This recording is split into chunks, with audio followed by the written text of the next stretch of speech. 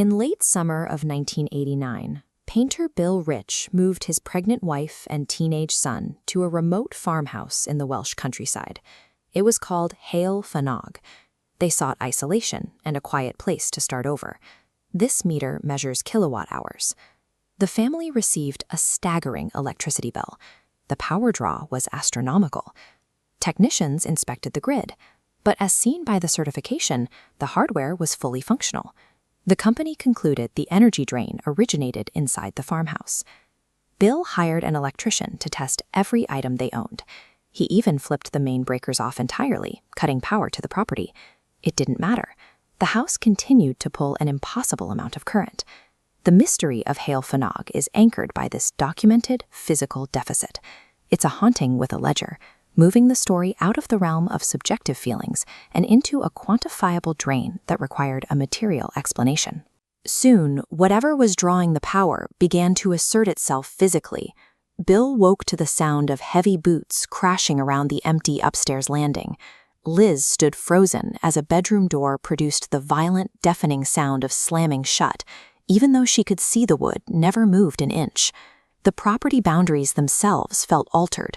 Whenever the family crossed the gate into the yard, they experienced a distinct atmospheric shift, a heavy, static sensation, like stepping inside an invisible dome that trapped the house within it. This enclosed environment began to sour. A thick, choking smell of sulfur suddenly flooded the rooms, linger for a few minutes, and vanish without a trace. The phenomena were escalating in lockstep with the climbing power bills. The unseen force bleeding the local grid dry was converting that raw electricity into the energy required to manipulate the physical reality of the farmhouse. The drain quickly expanded beyond the electrical circuits. Bill was a successful painter, but almost overnight, his clients began canceling orders without explanation. His income dried up entirely, isolating the family further. The biology of the farm broke down next. The family's pet guinea pig died suddenly. Their dog ran away. Out in the yard, a goat birthed 2 kids and immediately crushed one to death. Calves and lambs on the property were born blind or severely deformed. The anomaly then locked on to Bill's teenage son, Lawrence. A normally kind, outgoing kid, he rapidly deteriorated into a cold, aggressive presence, barricading himself inside his bedroom for days at a time. Given some money to redecorate, Lawrence stayed up all night coating his entire room in a vivid, oppressive blood red. When his grandmother tried to speak with him on the stairs the next day, he spat in her face, screaming at her to get away in a deep, entirely unrecognizable voice. From the financial collapse to the death of the livestock and Lawrence's erratic behavior, the decay was total. The drain that started with the electrical grid appeared to have expanded, consuming the sanity and biology of every living being within the property lines. As the family brought in a parade of investigators, a central conflict emerged.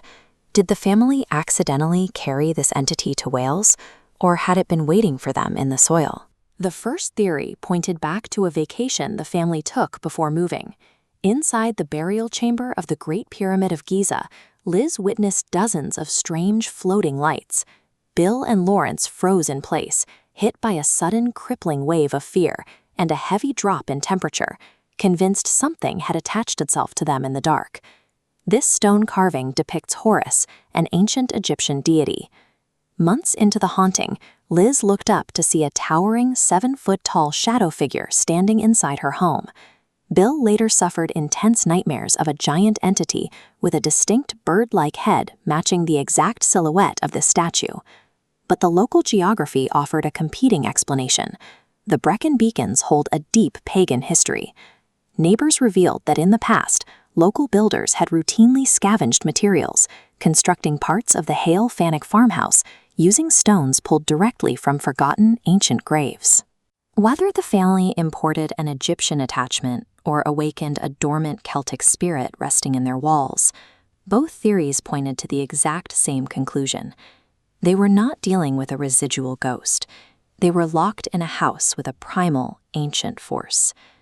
The siege peaked late one night while Bill sat alone at his kitchen table.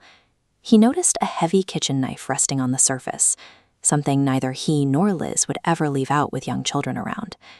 As he stared at the blade, His mind was suddenly flooded with intrusive, highly specific thoughts of violence and suicide. Terrified, he locked the knife inside a heavy drawer.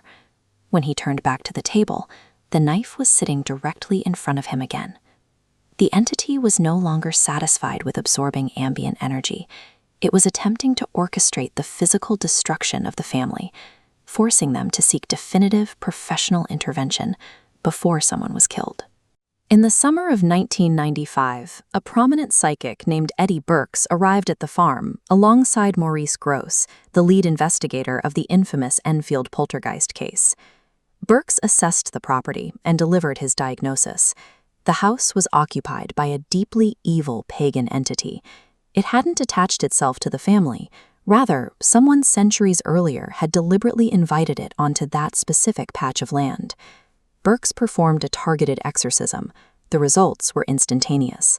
The family reported that the heavy, static bubble that had suffocated their property for years simply vanished into thin air. This chart tracks the extreme electrical consumption that plagued the home for 6 years.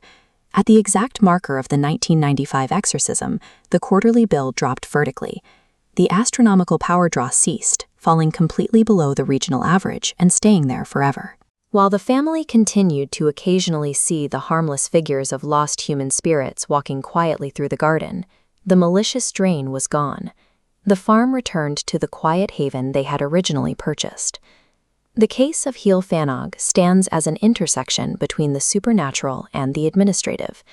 It provides an audible record of an anomaly, a haunting documented in witness testimony and measured in kilowatts.